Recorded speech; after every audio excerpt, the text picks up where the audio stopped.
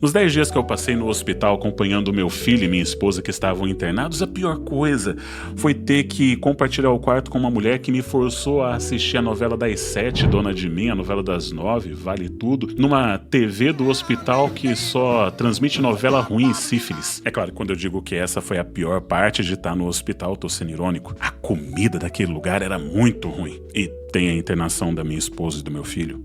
Claro. E depois de ser torturado por horas a fio pelos piores diálogos do universo, por uma história que faz com que Mutantes pareça realista, eu passei a nutrir uma relação de amor e ódio por essas novelas. Elas são ruins demais pra eu perder. Então eu fiz o que qualquer pessoa sã no meu lugar faria. Eu cheguei em casa, assinei Globoplay e comprei um pote de pepino em conserva e maratonei 2 episódios de cada novela, mas logo tive que parar por conta de uma diarreia, que é uma reação alérgica comum à combinação de pepino em conserva e diálogos expositivos. E como este é o maior canal de storytelling do Brasil e a melhor forma da gente aprender é aprender com o erro dos outros, nós vamos reagir e conversar sobre algumas das piores cenas dessas novelas na esperança de eu passar adiante pra você a minha maldição e assim eu poder estar liberto disso. Então pegue seu pote de pepino em conserva e sua fralda geriátrica e vamos assistir um pouco de novela. Jamais me pergunte por que é que eu tenho uma fralda geriátrica adulta nessa casa. Jamais. Por questão de direito autoral, a gente vai ter que deformar um pouco o áudio e o visual dessas novelas. Não que seja possível deformar mais ainda isso daqui, né? Vamos começar pela novela das 7, Dona de Mim, que é a história empolgante de uma garota que é formada em marketing e sente muito orgulho de ser formada em marketing. Olha só, é por ser marketing na faculdade, tá? Mais do que isso, ela acredita que pode revolucionar a concepção de beleza da mulher através de uma aula sobre comerciais de lingerie. Por que essas mulheres não estão nas campanhas de lingerie? De beleza, moda praia. Você pode sim ser linda mais velha, mais nova, magra, gorda, alta, baixa, preta, branca, indígena, asiática, não importa. Mas precisamos mudar o conceito do que é beleza ou belezas. Porque, afinal de contas, a Globo tá tentando nos ensinar sobre a relatividade da beleza numa novela que conta com Giovanna Lancelotti, Giovana Cordeiro, Juan Paiva, Camila Pitanga e Marcelo Novaes. Pois é, eu só vou começar a levar a Globo a sério nesse tema quando a protagonista da novela for uma mulher indígena de 72 anos, obesa, usando biquíni. Aí assim eu te dou ouvidos. O texto é ruim, é uma cena de aula escrita por alguém que claramente matava a aula pra escrever fanfic de malhação. Cenas de aula de faculdade são maravilhosas no cinema, nas séries, porque elas ajudam a fazer a exposição, explicar para o público coisas que de outra forma ficariam estranhas de serem ditas. E isso é feito de forma muito legal em vários filmes. Por exemplo, no Indiana Jones, o primeiro, tem essa cena onde o Indiana Jones está explicando sobre o período neolítico enquanto as alunas estão querendo ter aula particular de anatomia com o professor.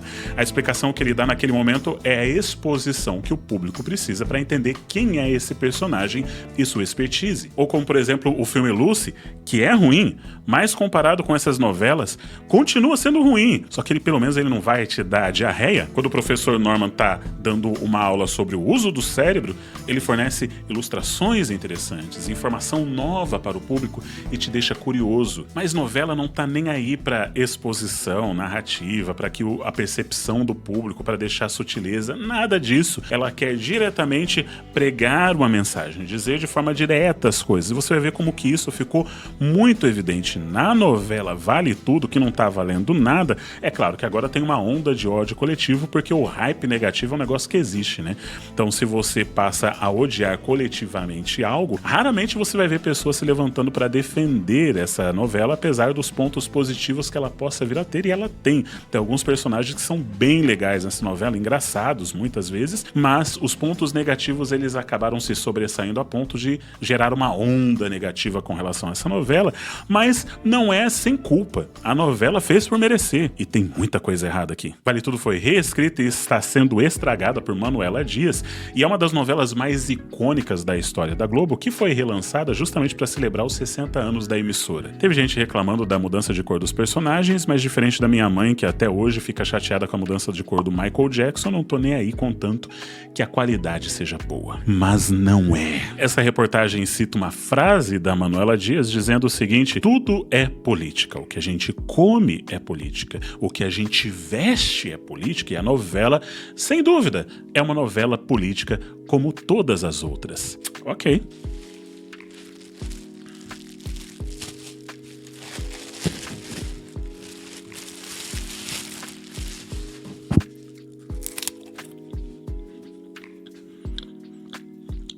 Isso aqui é um ato político. Qual foi seu ato político alimentar de hoje? Olha, eu entendo o que algumas pessoas querem dizer com toda arte é política. Tento entender o que querem dizer com toda política, toda comida é política. Mas o que essas pessoas estão perdendo de vista é de que tudo é um subproduto da política, não que seja política, são coisas diferentes. Você pode fazer uma novela que seja política, se esse é seu objetivo, mas dizer que toda novela, todo filme, toda série, todo livro é político é uma limitação cognitiva que não consegue distinguir entre subproduto de uma pessoa e pessoas são políticas, elas têm perspectivas políticas, ideias políticas no mundo real e, portanto, o que elas escrevem é um subproduto disso, da sua cosmovisão, mas não necessariamente uma obra política. É isso que as pessoas precisariam entender. Dizer que toda novela é política, beleza. Pode fazer, faz sua novela política. Vamos ver o resultado. Tá aí o resultado. A pessoa não entende que depois de um dia inteiro de trabalho, cansado, pegando o ônibus, chegando em casa, querendo descansar, a última coisa que a pessoa quer é receber sermão de novela de ator milionário que se acha melhor do que a gente. Pelo amor de Deus. Eu não vou acabar presa, sabe porque eu sou rica! Eu sou rica! Criar histórias dessa forma é uma excelente maneira de você alienar parte do seu público. E foi isso que eles fizeram. A Odete, ela representa um pensamento conservador, né, ultrapassado, retrógrado, né, um pensamento preconceituoso da extrema-direita, né, que infelizmente está muito atual. No final das contas, o que eles começaram a fazer nessa novela foi transformar a Odete Roitman, uma das maiores e piores vilãs, pior no sentido de cruel, piores vilãs da teledramaturgia brasileira, no novo Capitão Nascimento. 07! Traz a cimentinha do mal. Eu não sou a primeira pessoa a dizer isso, várias pessoas tiveram essa impressão nos primeiros episódios, capítulos dessa novela, porque fizeram com que essa personagem parecesse a mais coerente e lógica num mundo de pessoas mimadas, incoerentes, bobas, superficiais. Na verdade, a mesma coisa aconteceu com o Capitão Nascimento. A ideia original era escrevê-lo como um vilão. Só que em um mundo complexo de luta contra a criminalidade, os crimes que ele comete são muitas vezes justificados pela maior parte da sociedade como sendo um mal necessário para conseguir acabar com o crime, porque o que as pessoas já não aguentam mais? Serem roubadas, saírem na rua, não terem segurança. Então ele se tornou essa figura heróica para muita gente e é compreensível. Mesma coisa acontece agora com a Odete Roitman. A Manuela Dias vive no seu altar, no seu mundo perfeito, onde ela fala sobre pobreza, onde ela fala sobre desigualdade, onde ela fala sobre problemas sociais sem vivê-los, experienciá-los, sem estar na fila do pão, sem estar dentro do ônibus, sem ouvir a conversa que se tem no metrô. Ela não faz ideia de como realmente é a vida das pessoas que estão sofrendo, quem que é o vilão na perspectiva delas, como que elas gostariam que a coisa fosse. Então ela criou essa personagem onde um dos grandes elementos vilanescos dela é o fato de que ela quer fazer passagens mais baratas, aéreas, mesmo que para isso ela polua mais. E o povo, ok, eu quero passagem mais barata mesmo, e daí? Mas é claro, Odete Roitman é uma vilã, não me entenda mal, eu não a vejo como uma heroína de forma nenhuma. Essa é uma mulher racista pra caramba, cruel, ela é uma vilã. Ok? Ela é uma vilã. O que eu tô dizendo é que dá pra entender como que a perspectiva da roteirista e a perspectiva do público sejam completamente diferentes, porque tem convívios completamente diferentes e ela errou feio em vários momentos. E é claro que Odete Roitman, como uma pessoa de direita, ela é culpada pelo fim do mundo, e uma das coisas mais claras para esse discurso é falar sobre a emissão de carbono. Vai na fila do pão, pergunta pro pessoal lá quantas pessoas sabem o que é emissão de carbono. Pergunta para elas quantas sabem o que é carbono. Pergunta para elas o que é aquecimento global. E você vai ter uma perspectiva do quanto que esse assunto é importante para elas. Mas apesar de não ser importante para elas, a novela quer que esse assunto seja importante, quer criar a pauta, porque na cabeça deles isso é extremamente importante, e é importante, mas na cabeça deles é tão importante que eles querem que o público também veja como importante, então eles querem forçar algo para o qual o público ainda não está desperto. Ou seja, essa é uma definição boa de woke, né? Despertar. Eu quero despertar meu público para essa realidade. Então vamos ver algumas cenas maravilhosas desses personagens falando sobre emissão de carbono. E é claro, como eu disse, vamos ter que fazer algumas distorções. Globo, por favor, não dá strike nesse vídeo. Nós somos uma empresa de aviação. Vai ter emissão de carbono. Sim, mas a gente pode ganhar dinheiro e ser sustentável. Esse tipo de antagonismo não existe há muito tempo. A gente precisa começar para ontem um programa de crédito de carbono. As pessoas estão mudando, estão se conscientizando. Daqui pra frente só vão escolher empresas que têm esse tipo de compromisso. O povo quer entrar no avião e curtir viagens. A gente tá falando de uma perda de 20% da receita atual. 20% de prejuízo? Ah, meu filho, nem pensar. Não é 20% de prejuízo, mãe. A gente tá construindo um colapso climático em 25 anos. Ainda dá pra fazer muito dinheiro em 25 anos. Coisa não pode acontecer daqui a 25 anos. Tá acontecendo. E eu não vou ganhar dinheiro com o fim do mundo porque eu acho isso vergonhoso. Pra qualquer um. As empresas que não encontrarem essa maneira vão ser as primeiras a morrer. O mundo vivendo uma emergência climática e a gente ganha dinheiro com jatinho particular, eu tenho vergonha disso. Ninguém liga pra isso na hora de comprar passagem. Isso encarece muito, as pessoas preferem o ticket mais barato. Mas vamos começar a ligar. As pessoas estão se dando conta de que esse ar que a gente suja pra ganhar dinheiro é de todo mundo. Eu tenho amigos de esquerda que são pessoas até muito inteligentes. É mesmo? Me diz onde que tá a tensão dramática nisso. Não existe. É algo muito distante das pessoas e ela, a própria Odete, deixa claro isso daí, parece que não faz sentido. Para comparar, para você entender como que assuntos sociais deveriam ser tratados, vamos pegar uma das melhores séries da história, a melhor dos últimos 10 anos, sem dúvida, que é Succession. Succession é uma série primorosa, maravilhosa, que se a Manuela Dias tivesse assistido algum dia, ela teria entendido como que se faz famílias disfuncionais e patriarcas vilões, ou no caso dela, uma matriarca vilã. A segunda temporada inteira gira em torno das alegações de assédio e de abuso nos cruzeiros da família. A pauta é sensível, o tema é do Me Too, que estava muito forte naquela época, extremamente politizado, o tema é social, polêmico, mas a série lidou com isso de forma genial.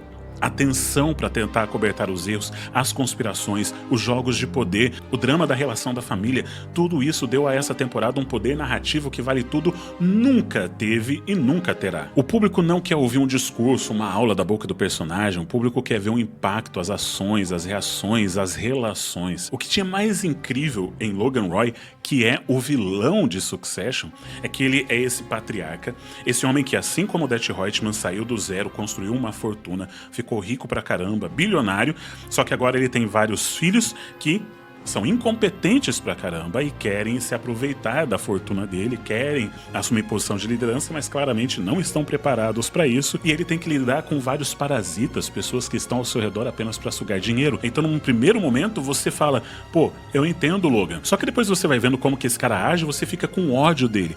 Tem alguns segundos da série onde você fala, concordo com o Logan, na maior parte do tempo, que cara maldito, eu não acredito que ele fez isso com o próprio filho, que horror. Mas por outro lado, você também odiava os filhos, porque eram babacas, narcisistas, egocêntricos, infantilizados, bobos, superficiais pra caramba. Você tinha essa relação de amor e ódio por todos os personagens, porque eles foram construídos de forma muito realista, como você espera em uma história que tá retratando uma família bilionária, um cara que cresceu do nada, filhos que foram mimados pra caramba e que por isso tiveram seu caráter deformado.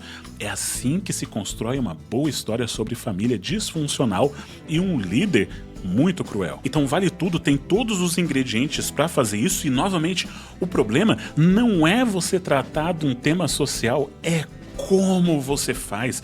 Simplesmente colocar um personagem falando, nós devemos parar com a emissão de gás carbônico porque nós estamos destruindo o ar que todos compartilhamos e você é uma vilã por querer destruir o planeta, eu não vou lucrar com uma empresa que está lucrando com o fim do mundo, eu sou uma pessoa moralmente superior a todas as demais. Cara, tem tantas formas inteligentes, sutis de você comunicar tocar essa mensagem chegar na cabeça das pessoas, sem precisar ser dita. O show don't tell, a regra do mostre, não fale, é completamente ignorada por esse pessoal. Eles só querem falar.